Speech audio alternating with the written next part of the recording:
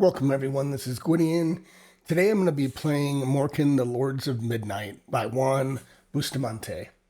This is a game that I backed as a Kickstarter, and I've been really interested and excited to play it, and I just haven't gotten a chance to. So given I have today and tomorrow off for the New Year's holiday, I thought it'd be a good time to jump in and play. So I put Morkin into Sojur VTT, so I'll be using Sojur and also 3D dice. So I'll be using those tools as part of my playthrough. So we'll see how far we get in this. I definitely want to do the character creation, and depending on how that goes and how much time that takes, I think I might stop it there. But we'll see. I might go a little bit farther depending. So let's jump in and let us open the character creation. Let's just follow creating a character here. So these are cheat sheets that are available if you buy the PDF for the book. All right, so attributes: strength, dexterity, intelligence, charisma. I know that intelligence is definitely important for like scavenging, and you're going to be doing a lot of traveling in Morkin. So probably one that I'll want to pay attention to. So starting attributes, you assign 50 points to the most important attribute to you. So strength, dex, and intelligence, charisma. And then, so 50, 40, 30, 20. It reminds me of D100 Dungeon a little bit. So let's open the character sheet. And you might see me open these twice. I think it's just a quirk of Sojur. I think I am taxing it a bit. So I'm going to go ahead and I want my combat to be good. So I'm going to start 50, but I think I might do 40 intelligence. Charisma, I think if you do 30 or more, it's a little bit, it costs less to buy things. But for now, I think I'm going to do 30 here and then 20 for charisma. And I do have a form fillable character sheet that should update. I'll try to pay attention to this as we go. So, all right, so that's the start. Let's go back to our player reference. So skills, so these are already auto populated or calculated. So I don't need to worry about those too much for now. So then what else? Starting skills. So we've already done that. Then distribute 50 extra points across the skills with no skill exceeding 60. So let's do that. And then you get a mastery. So I'm going to look ahead a little bit, but so we're going to use, see, 50 points for our skills. So let's go back to our character sheet. So I'm going to put those in these little small boxes you'll see me add just so that I can, keep track of my total values. So what I have here, I'm going to spend a little bit of time. I know orientation is important, and I can't get above 60. So I'm going to at least get that to 50. So let's do 10 there. And then, that puts my value to 50. Perfect. And if I do have bonuses, I can pop them in here. Hunting could be important. And I think I think these numbers are straight up. Yeah, it should just add to your value. It shouldn't be a calculated. So I've done 10 points. I have 40 left. What else? Dex, camp. I know your camp roll can be important. So let's put 5 into camp. So that's 15. Defense, I'm going to put 10. Probably going to make him just a little bit more of a melee than. So 40 isn't bad for first aid, so that's pretty good. So I've got 25, so I get another 25. Perception's important, but I'm not bad there. I'm always a big stealth guy, so let's go 10 in stealth. I'm not sure exactly when that comes into play. 10, 20, 30, 35, so I have another 15, I think. Might melee. I'm going to do melee. I'm going to do 5 to get that to 55. So I think that's 40, 10, 20, 30, 40, and so I have 10 more. I'm going to put 5 in perception, and maybe, what else?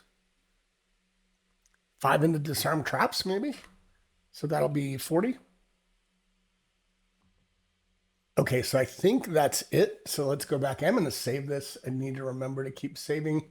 So let's go back to the player reference. Yep, 50. I don't have anything above 60, so I'm good. Mastery, chose one skill or one specialization. So I still can't get over 60 points. I need to keep that in mind. So Ranger plus 10. I always like Rangers. Foraging. So Harvester, you can get plus 10 to foraging. So hunting is important. Plus 10 hunting. Start with the Hunter's Sling. Plus 5 hunting. I assume that means that's a piece of gear that gives you a bonus, I think. Plus 10 hunting. Start with the Hunter's Sling. Plus 5 hunting. So I think that gives you plus 15. But ooh, Fogstone's cool. I forget that gives you like a safe retreat if you get in trouble and you decide you don't want to engage in a combat. So let's go back here. So nothing's above 50. Melee is close. So is there anything like hunting could be interesting? I could get that to 50, and a Hunter Sling I think would give me another 5. I don't know. Orientation's important though. Gosh. Let's see, go back here again. So I could be a Pathfinder plus 10 orientation. So I'm either going to do a Pathfinder or Ranger, plus 10 orientation or plus 10 camp. Why not? So plus 10 camp would give me 50, orientation would give me 60. So I think I'm going to do the camp. Was that the Ranger? Yeah, Ranger. I like that thematically. So I do have a drop down here for Ranger, and then I will add my 10 to camp, so that'll be a 15 to camp. I think I can just do it there. Yep, and that gives it 50, and I think we're good. All right. Let's go to the player reference now. So finishing touches start with 50 max and current HP. I've got my max HP at 50, so let's make sure we put this at 50. All right. Defense value equals half your skill rounded down. And I think that's already calculated. Let's make sure. So my strength is 50. Well, how's my defense value? Let's look at that again. I wonder if I did that wrong. Defense value is half your defense skill rounded down. Skill rounded down. So my defense skill is 50. Why isn't that calculating right? I wonder if it didn't update because of... Yeah, I'll have to look at that later, but I wonder, I can't change that. Let me pause for a second. All right, I did some quick corrections to get the sheet updated, so I think we're good there. So let's go back to player reference. So finishing touches, so we did the 50, the defense is now calculating properly. Fatigue starts at 0, and the max fatigue is strength divided by 5. So let's make sure that's calculating correctly. Strength divided by 5 would be 10. So that's right. Great. Bandages start with 0. I'm not a medic. Rations start with 5. I'm not an animal trainer, so that's fine. And then lockpicks start at 0. I'm not a locksmith. Money starts with charisma divided by 2 silver coins. So charisma, so it should be 10. So let me click here, and that should update. Yep. So that's good. And begins with a horse, so that's important. I'm going to note that somewhere, maybe on my character sheet. Okay, actually, I think I'm just going to try to remember that I start with a horse rather than put that anywhere on the character sheet. Encumbrance. So items must fit in your backpack. Okay. Character progression. So you get XP from defeating enemy. For every 20 XP, you can increase attributes. Let's worry about that later. Skill improvement. A roll below a 5 on a skill check is a critical, and you can immediately increase the skill. I'll try to remember that. So I don't know if that's 5 or below. It says below 5, so 0 to 4, I assume. For melee and defense, a critical during an attack allows you to choose one of 2, improves by +1, melee or defense. Okay. All right. So I feel like there's somewhere I'm missing. I think you can buy additional equipment. I feel like somewhere I read, here we go. This is what I missed. Equipment. Prices adjust with charisma. You can equip 1 armor, 1 helmet, 1 cloak, carry up to 3 weapons, but only 1 equipped. So, okay, so I have 40 plus 10. So, sorry about that pop up, but that should go away in a sec. So 40 plus 10, so we will do up to 50. So let me go back to my character sheet. I think I can update that now. Oh, actually, I won't do that because you lose anything you don't spend. So let's go ahead and find gear. I don't know if it's in the player reference. Let's look at tables, maybe gear, foraging, village prices. No. I was hoping I could just find gear. Don't see it. So let's go back to the cover here. Let's close this. Let's open the rule book so you can see it. And let's see if I can find gear here. All the events in here.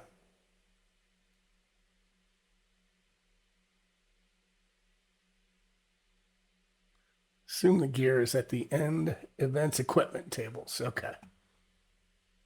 All right. So these are the things that I can buy. So buying price with 30 plus charisma, I think that means, so 30 or more. And let's see. Yeah, I'm always confused by this. I know I've asked him this a couple times, but it's a little confusing to me. So I think if you have more than 30 charisma,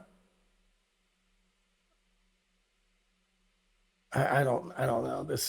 That part confuses me. I'm gonna, I guess, say for now. I don't know. I'm gonna try to look that up briefly. Okay, so I think the way it works is literally if your charisma score is above 30, you're in this slot. If your charisma score is exactly 30, it's here. And then if it's less than 30, it's here. So given mine's 20, I am going to pay this much higher price, which is, I guess that does have a pretty big impact. So it's interesting. I guess if you have 30, it's a lot closer, but less than 30, you pay a pretty big premium. So, all right, so I have 40. I think I'm going to start with leather armor. So that will be 12. So that gives me 28.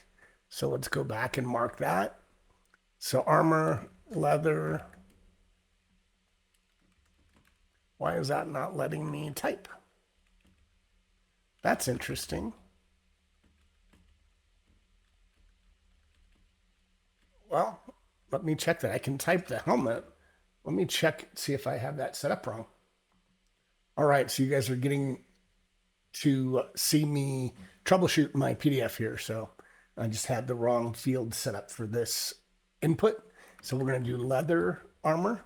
Absorption value is 1. I don't think it gives you any bonus. So that means I'm down to 28. So let's go back to our rules and gear. I don't know if I'll do a helmet. Well, I don't know if I can afford a helmet, but we'll shield. I could only with a one-handed weapon. Let's start with the leather armor there, and then kind of tempted to do a two-handed sword. I like the D6 plus 1. Can I do that? My buying price would be 32. So I could do that. I have 28, but then I have 10. So I have 38 total. And the 28 I lose if I don't use it. Let's tempted to do the two-handed sword, but let's see what else I can get. Lockpicks. Fishing rod. I know you need that for things like, well, for obviously fishing. Thieve tools, lock picking, disarm traps. Geez, there's a lot here. Bandages needed for a first aid ration. You must consume 1 ration per day for yourself and for each of your companions. Boy, I think I might think twice next time about using charisma as my dump stat. Horse. So I do have a horse. I don't think, I'm not going to put that in my backpack, but. So let's get rations. Like, I don't know how many days of rations. I think I'm going to start with 5. Now you can forage. Actually, you know what? I'll start with 3 rations. How about, so that would be, 3 rations would be 9. So that would put me down to 21, or no, I was down to 18, wasn't I? Now I'm getting myself confused. You start with 40, 40 less 12. Okay, I was at 28. So 28 less 9 would be 19. I'm going to make a little note somewhere else off screen. So let's do that just to keep track of this. Do file new. Okay, so 19. So we're going to do 3. So let's say, I don't know where else you put rations. Oh, yeah, you put them right here. Or you already start with 5. Jeez, I'm good. I don't need to worry about that. So that's good. I do think bandages will be important. So let's go back again to bandages here. 5 unit. Oh, so you get 5 units for 1 bandage, I think. So let's do 3 there. So we're back to, we had 28, so 3. So I'm going to say we're down to 25. So yeah, it does say 5 units. So I'm assuming that means 5. So we'll just put 5 there. Let's go back to lockpicks. That might not be bad. Bait for fishing. I don't think I want to deal with the fishing yet. I want to forage or hunt. Camping gear. Yeah, I'm pretty good there. So lockpicks. Yeah, you get 5 units. So let's do 3. I'm going to do lockpicks. So there's 5 there. Takes me down 3. So now I'm at 22 plus 10. So what else do I want? I need my sword. So I have 32, but I do need a sword. I'm not sure I want to spend all my money, though. I don't think I do. So let's try this again. So let's go back and make sure we get our sword. I think I'll just do a one-handed sword. So we'll do a one-handed sword, which is a D6, and that's at 12. So take off 12. I'm down to 10. 10 plus 10 is 20, but I have 10 that I have to use or I lose it. So let's do 1. I don't know if that's in your backpack. I think you carry that. So I feel like, I don't know if the bandages, rations, and lockpick take up space. So for now, I'll leave it. So let's go down to weapon name, and we're going to say one-handed sword. And the damage is a D6. I didn't put the ability to put a letter combination in here, so that's fine for now. I'll just put a 6, knowing that's a D6. Let's go back again, make sure I did that right. Yeah, D6. So I'll have to update that field. And again, I have 10 left that I have to use. So let's see. Yeah, the scale, the helmet and the shield are too expensive. So let's go. Rope with a hook would be interesting. Compass, can't afford it really. Camping gear, crowbar might be interesting. I wonder if that's, what is my foraging and hunting skill again? Foraging's 35, hunting is 40, not bad. Yeah, maybe. So I think either something, a hunting bow. Oh, that's too expensive. Yeah. I feel like the crowbar is a good use. I'd love a compass, but that would only leave me with 2 silver coins. So I'm gonna do a crowbar plus 10 bonus to the might when trying to break a door. I don't know. That could come in handy. So that'll use 12. So I'll use all my gold except and everything that I would have to get rid of. So that's gonna go down to my silver coins. Let me populate that. Which would be a 10. Now it's down to 8. And I will put in a crowbar. I think that's it for the moment. And I'm going to save this, and I'm going to pause for a second and update my sheet. All right, I think that's it. So I updated the sheet, cleaned that up. So now I have a D6 damage in here. I put the absorption value of 1. I don't have any other weapons, but I'm going to go ahead and toggle this to show that that is my active weapon. And I think that is it for character creation. So we're at about 20 minutes. I think I'm going to stop here, but let's see if I missed anything else. Maybe I'll just read the intro and we'll call it. So let's go back to player rules. and creating your character. I think I finished. Did the mastery, did the equipment, start with a horse. Items must fit in your backpack. Okay, good. This does tell you money rations, bandages, and lockpicks don't take space. So the only thing, I assume that my armor doesn't because I'm wearing it, and my sword doesn't because I'm holding it. So I think we're good with that. And I think that's it. Then we'll go straight into play. So I'm going to start, and let me make sure I've saved all these. And we are going to close out the rule book for now. This is my dice rolling, but we're going to go to day one, and let's just read the start, and then we'll call it from there. So here we go. Of course I will go, Father. Don't wish me luck. It's Doomdark who will need it. Morkin to Luxor, the Moon Prince.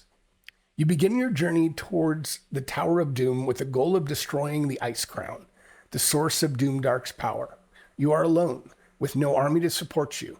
However, thanks to your half-human, half-fey nature, you can endure the extreme cold emanating from the Ice Crown. As Doomdark's armies march south to conquer Midnight, all hope rests on your shoulders. You know the direction you must travel, north. The journey will be perilous, and there is no certainty of your return. You start at the Tower of the Moon, located in the Forest of Shadows. Refer to the map at the end of the book or download it from the game's website. The map is divided into hexagons, each representing approximately 2 miles. I might have to update that because I think I put a mile, but it's fine. Find the hexagon containing the Tower of the Moon. So let's do that. And I'm going to go back here, open the map. If I can get it open, there we go. It's over here. Why am I not seeing the map? There we go. So here's the map. Okay, so let's find the Tower of the Moon. I happen to know it's at the bottom, so let's kind of drill in, and you can see I made this scale again. You know what? I can change that, but I'll do it off camera. You don't need to see that. So let's go. So there's the Tower of the Moon right at the bottom, right here. So I'm going to grab Morkin and pull him into square one, the Tower of the Moon. And there we go. You can kind of see. If I ever want to see where he is, I can hover over him up here and it'll do the red circle. I like that. All right, so what else do we say here? So we start there, and this is in, I think, yeah, you can see the Forest of Shadows. Great. So each hex, again, is 2 miles. I'll update that. Find the hexagon. Yep, done that.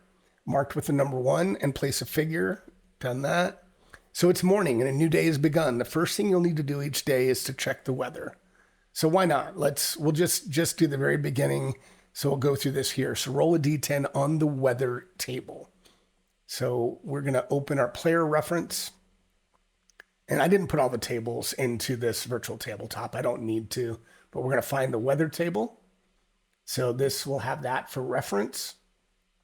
So for now, we are going to open our dice roller and we're going to roll a d10. Actually, you know what? I'm going to do it off of I forgot I had this set up in, I think I can just do it here on my Stream Deck. So that's a 3. So we can pop back there and we can open the player reference. So a 3 on the weather table is clear. So plus 10 bonus to orientation skill and a plus 10 bonus to camp skill. So I'm going to put that in here. I'm going to put it at the bottom here. Day 1, maybe bonuses, or day 1 notes. All right, and so let's get that bold, italics, and we will get down to here, and we're going to say clear. How about we'll just try to do this every day. Weather, clear, plus 10 orientation, plus 10 camp. So those are bonuses, so let's go ahead and add those so that I don't forget them, and that's all that the weather does for the moment. So we will go back. Actually, I think I can. Here we go. So plus 10 orientations. That's just going to be a bonus for here. So I can. Oh, why is it not letting me? Okay. Oh, there we go. That's interesting. Okay, maybe I need to go back and check my file again. Appreciate you guys bearing with me 1 second. So nothing was wrong with the sheet. I just think I'm taxing the memory in Saussure, so I'll have to remember that. So, okay, so let's just add, so plus 10 here. So if I click out of that, great. So that's just my bonus for today. Orientation and camp, we're gonna do 10 there. Awesome, so I'll know I can clear these out after day 1. So let's go back to here. So we've done that. Since you're at one of the special sites, look up the Tower of the Moon in the special sites table to discover what is happening in that hex. So that is the special sites table. So let's take a look at that. Special sites, there we go. Tower of the Moon in the Forest of Shadows. You find yourself within the ancient Tower of the Moon deep in the Forest of Shadows, where the Council of the Wise has gathered in a final stand against Doomdark. With you are Luxor the Moon Prince, Rothrin the Wise, and Corlith the Fae. Their mission is to rally the armies and defend the lands from Doomdark's advancing forces. Your path, however, is different. As one untouched by the Ice Sphere, you are tasked with journeying north alone to find and destroy the Ice Crown, the source of Doomdark's power and Midnight's eternal winter. The fate of the realm now rests on your shoulders. I might see if I can put that into my notes just so I remember. So I'm going to put down here. So we got the day 1 notes. And I'm going to, okay, perfect. I can clean that up later off camera, but at least I got that in here for now. So that's good. So let's go back to, I guess that was where I needed to be. So, okay, so we did that. As you already know, the day is divided into 4 parts called quarters: morning, afternoon, evening, and night. You can perform 1 action during each quarter of the day. Since you are in a tower and towers are vital for guidance and obtaining help, I recommend that your action during the morning quarter should be to seek. Mark the morning quarter and the seek action on your adventure sheet, then roll on the seek tables. Having completed your first action, you now advance to the afternoon quarter. It might be wise to begin your journey north, so your action during the quarter will be to travel. As you are mounted on planes, you can move 3 hexagons. Okay, I'm not going to do all of this, but I think what I'll do, I'll show you just so you can see how this is going to play. We'll do the morning, we'll do the seek action.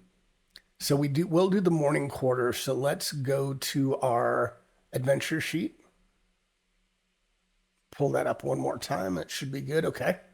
So I guess we are starting our first day. So I'm going to check off a day here. So we're in the first, I don't know, DEF CON of the Ice Sphere. we're in the first, first of 3 stages of Ice Sphere. So we rolled on the weather. I should have already marked this, but we'll mark this here so we know that. So we're in the morning phase. So let me click here to check morning, and then we'll check one of our actions. So we're going to seek. So let's go ahead. I'm going to save this, and then we will go to the seek table. I'm glad I tagged all these and bookmarked them. So tower, we're in a tower, so we're going to do a seek. So that's a D10. So let's go ahead and show our die roller. If I can find it. There we go. We're going to roll our D10. So that's a 2. So that's a 2. So let's go back. A 2 on the dice tower. Sorry, on the tower for the seek table. A voice calls, Fokrin the Skullcrin can destroy the Ice Crown. You gain Healer's Touch. For the remainder of this day and the entirety of the following day, add +10 to your first aid skill. So let's note that. I'm going to copy that. For now, I'm going to open, I'll move this off screen, but just to format it better, we're going to do this so that when I paste it in, it should be formatted. So let's do that. And we'll pop back to our day 1. I really like this so I'm going to do this too, just to clean this up while we're here. It'll only take me a second. And then I can pop all this in. Did that copy everything? Hopefully I can. I don't know what I did there. Let's see. Okay, good. So let me delete this and let me paste in. There we go. Okay, perfect. All right, so I'm going to remember this. So healer's touch. So I'm going to bold and italicize that. And we'll do, and this is just, God, I keep doing that. Won't let me, I don't know why it keeps undoing that, but that's fine. But what I wanted to do is bold, and I think I should be using here. I don't think I should be using control.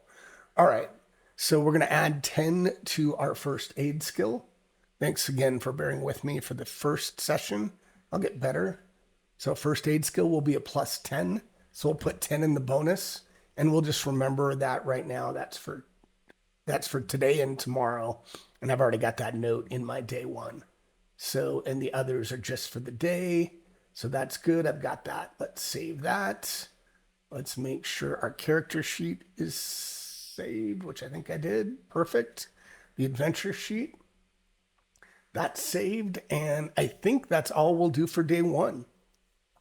So where I'm going to be at next is I'll be at the afternoon quarter. And it basically says you should probably journey north. So that's probably where we'll start. So that was fun character creation, short little intro, but I'm excited to play this and get into this next session. So thanks for watching. And for next session, I'm going to update the map so it shows that each hex is basically 2 miles across. Thanks everyone for watching, and we will see you next time.